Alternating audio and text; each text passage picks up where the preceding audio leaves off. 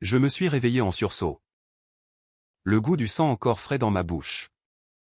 Mais ce n'était pas le mien, c'était celui de la trahison qui m'avait étouffé dans ma dernière vie. Mon cœur battait la chamade contre les parois d'un corps que je connaissais trop bien, le mien. 20 ans plus tôt. Intact. Vibrant. Avant que le poignard invisible ne me transperce. Paris. Cette garce impitoyable m'avait volé mon empire et ma vie en une nuit, maintenant. Elle me rendait le temps pour que je la noie dans son propre poison. Le scalpel avait glissé si profondément dans ma chair que j'avais cru sentir l'os se briser avant même la douleur. Pour l'accord, ma chérie, avait murmuré Étienne de sa voix suave. Ses yeux froids comme la Seine en hiver. Tandis que le contrat à 245 millions s'effondrait en flammes virtuelles sur mon écran. J'étais morte en hurlant son nom. Pas de rage, mais d'incrédulité au comment l'homme que j'avais aimé pouvait-il me sacrifier pour un empire qu'il convoitait depuis nos premiers regards volés dans les couloirs de l'école polytechnique. Et voilà que je revenais. Nu dans mon lit de soie. Le 15 juin 2015. Exactement 3 mois avant cette nuit fatale. Avec le poids de 2 vies sur les épaules et une soif de vengeance qui me consumait déjà les veines. Je m'appelle toujours Héloïse Duval. 32 ans à l'époque de ma mort. Fondatrice de Duval Innovation. Une pépite tech qui valait déjà des fortunes sur le marché boursier parisien. Paris. Ma ville natale. Avec ses boulevards haussmanniens et ses secrets enfouis sous les pavés. Avait été le théâtre de mon ascension fulgurante. Fille d'un ouvrier de banlieue et d'une professeure de littérature ratée.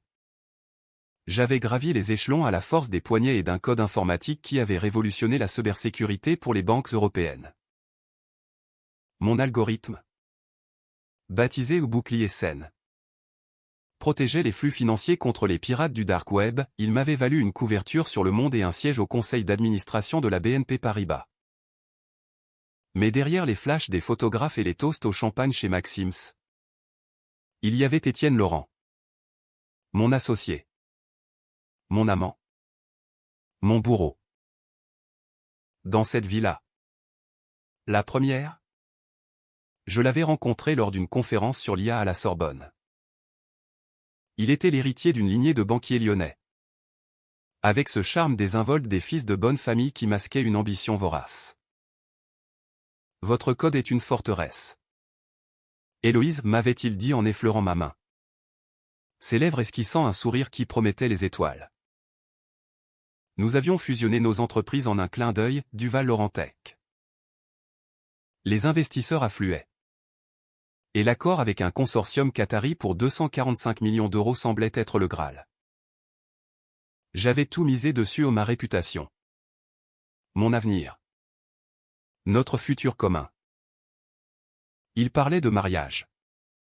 D'enfants qui hériteraient de la Tour Eiffel comme terrain de jeu. Mensonge. Tous autant qu'ils étaient. Mais il y avait un secret. Un poison que je portais en moi depuis l'université. À 22 ans. Lors d'un stage à Bruxelles. J'avais commis l'impensable, pour sauver mon projet de fin d'études. J'avais piraté un serveur bancaire mineur. Dérobant juste assez de données pour prouver une faille dans leur système. Ce n'était pas pour l'argent, oh non. J'étais idéaliste à l'époque mais pour démontrer que mon bouclier était infaillible. J'avais effacé les traces.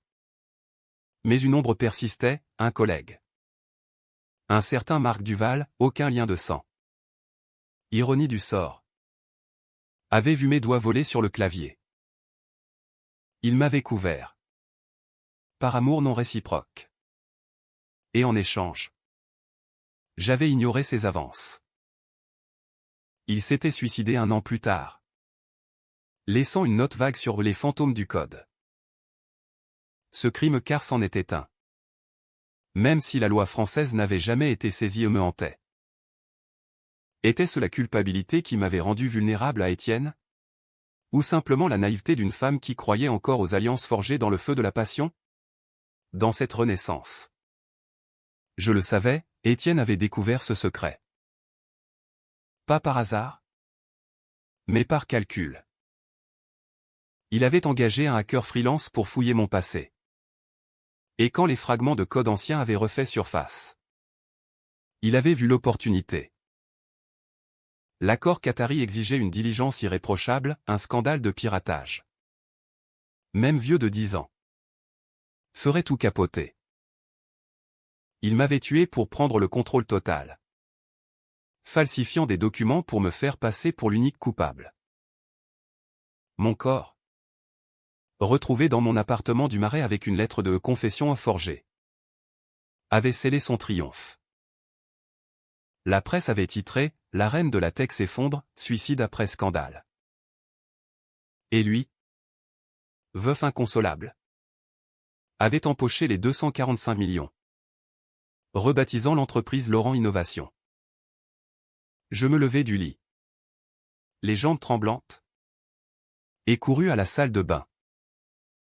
Le miroir me renvoya mon visage d'avant, pommette haute, lèvres pleines, mais avec cette lueur nouvelle dans les yeux, la lueur d'une revenante.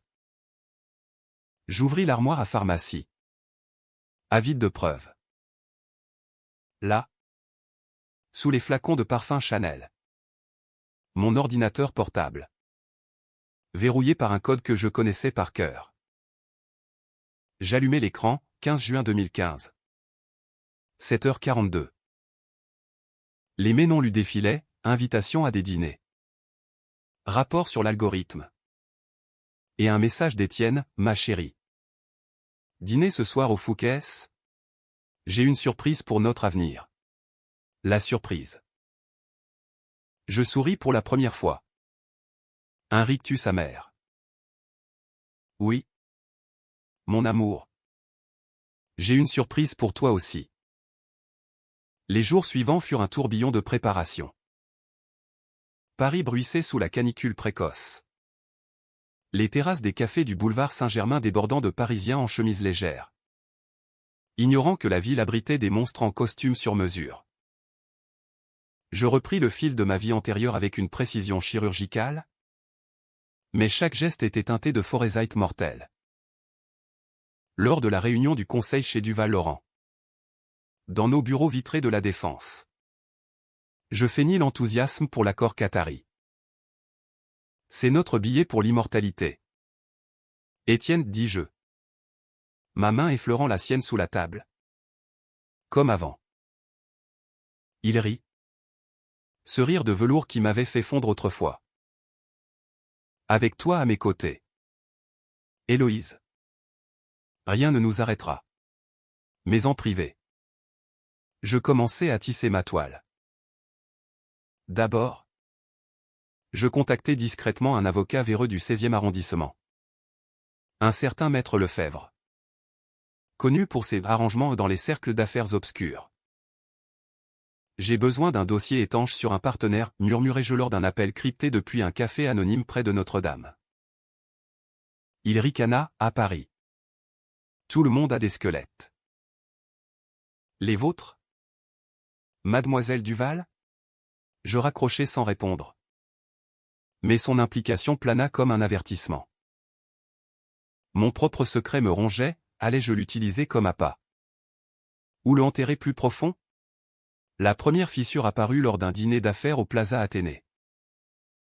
Étienne, glace de Bordeaux à la main, me présenta à Ahmed Al-Mansour, le négociateur qatari.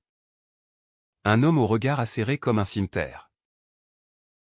Héloïse et le cerveau derrière bouclier saine vent-il. Ses doigts serrant ma cuisse sous la nappe en un geste possessif. Je souris. Mais intérieurement, je notais chaque détail, les caméras de sécurité, les serveurs qui enregistraient les conversations, les faiblesses dans le protocole de Ahmed, un tic nerveux quand il parlait d'argent. Plus tard, dans la suite, Étienne me prit avec une urgence nouvelle, comme s'il scellait déjà mon arrêt de mort. Je t'aime, souffla-t-il, ignorant que ces mots étaient du poison pour moi désormais. Je feignis l'extase. Mais mon esprit cartographiait déjà les routes de sa chute. Le mois de juillet s'écoula en une danse macabre. Je sabotais subtilement les négociations, un rapport falsifié sur une vulnérabilité dans Bouclier. Envoyé anonymement aux Qataris. Semant le doute sans impliquer Étienne directement. Il paniqua lors d'une visioconférence. Son front perlant de sueur sous les néons froids de la défense. Héloïse. Nous devons accélérer la diligence. Ils hésitent. Je hochai la tête. Compatissante. Mais envoyai ensuite un mail codé à Lefebvre, creusé dans les comptes offshore de Laurent. Trouver la pourriture. Les premiers documents arrivèrent, Étienne blanchissait de l'argent pour des oligarques russes via des shell compagnies à Chypre. Pas assez pour le couler. Mais suffisant pour l'affaiblir. Pourtant. La trahison profonde me rongeait. Une nuit. Seul dans mon appartement haussmannien. Je fouillais les archives numériques de l'entreprise. Là. Caché dans un dossier protégé. Le rapport du hacker, mon piratage de 2005. Exhumé avec une précision diabolique. Une note manuscrite numérisée, éliminait le risque. EL. Ses initiales. Il m'avait trahi non par amour perdu, mais par cupidité pure. Et pire, il avait contacté Marc Duval. Des années avant sa mort. Pour corroborer l'histoire. Était-ce Étienne qui avait poussé Marc au suicide? Un chantage pour taire le secret. Qui avait mal tourné? La rage me submergea, je brisai un vase mine contre le mur. Les éclats scintillant comme des larmes de verre. Ma première décision controversée vint alors. Au lieu de confronter Étienne, je décidai de l'utiliser. Lors d'un week-end à Deauville. Dans sa maison de bord de mer. Je l'attirai dans un piège intime. J'ai un secret, murmurai-je au clair de lune. Nos corps enlacés sur la terrasse face à la Manche houleuse. Un vieux péché de jeunesse. Je lui racontai tout le piratage. La mort de Marc. Feignant la vulnérabilité pour tester sa réaction. Ses yeux s'écarquillèrent. Non de choc, mais de triomphe refoulé. Ma chérie. C'est du passé. Nous le noierons ensemble. Mensonge. Le lendemain. Je piratai son téléphone, un appel à un tueur à gages. Pour l'assurer. Il avait déjà planifié ma fin. Même dans cette vie. Le retournement fut brutal. Je contactai Ahmed directement. Via un canal sécurisé. Monsieur Al-Mansour. L'accord est pourri. Laurent cache des liens avec la mafia russe. Voici les preuves. Joint, les documents de Lefebvre. Plus une vidéo truquée où Étienne confessait sous mon édition experte. Les Qataris se retirèrent en 24 heures. L'accord s'effondrant comme un château de cartes sous la pluie normande. Étienne explosa lors d'une réunion d'urgence, c'est toi. Tu as tout saboté. Je ris. Pour la première fois sincèrement. Non. Mon amour. C'est toi qui as commencé. Il y a deux vies. La chasse s'ouvrit. Étienne. Acculé. Devint l'ombre qu'il avait toujours été, filature dans les ruelles sombres de Belleville. Tentative d'intimidation via des sbires payés au noir. Paris. Ma complice. Offrait ses recoins pour notre balai mortel. Je m'armai, un pistolet discret acheté sur le marché noir de Barbès. Des alliés recrutés parmi d'anciens employés lésés par ces purges. Une femme? Sophie. Ma directrice financière. M'avoua un soir aux zincs du Procope, il m'a forcé à falsifier les bilans. Pour toi. Je témoignerai. La sororité. Enfin. Dans cette ville de loup.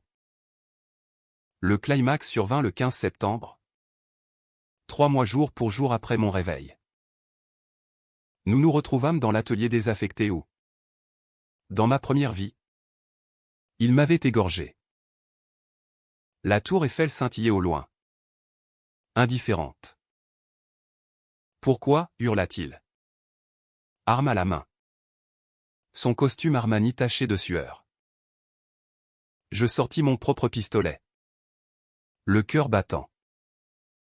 Parce que tu m'as trahi. Étienne. Pour 245 millions. Pour ton ego. Pour un secret que tu as exhumé comme un vautour. Il rit. Hystérique. Et ton piratage? Tu as tué Marc. Je l'ai juste poussé à se taire. Twist, il avoua tout. Marc n'était pas suicidé, Étienne l'avait empoisonné au cyanure lors d'un rendez-vous à Bruxelles pour couvrir ses propres malversations précoces. Mon crime avait été le levier parfait. Nous sommes pareils.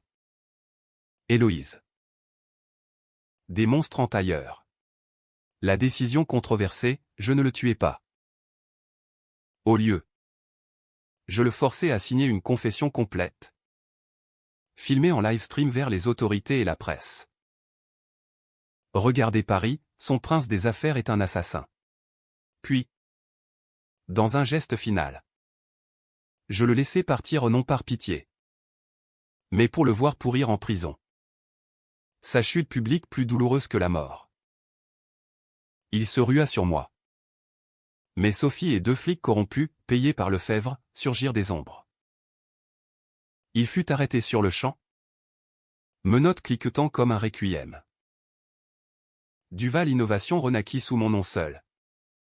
L'accord qatari remplacé par un partenariat avec l'État français. Plus stable. Plus mien. Pourtant, le happy end est un mensonge parisien. Des mois plus tard, en surfant sur la vague de ma rédemption, je découvris la vérité ultime, mon piratage n'était pas un accident. Mon père, l'ouvrier, m'avait forcé à le commettre pour rembourser ses dettes de jeu, me menaçant de tout révéler si je refusais. La trahison originelle venait de la chair même. J'avais vengé un fantôme pour en créer un nouveau.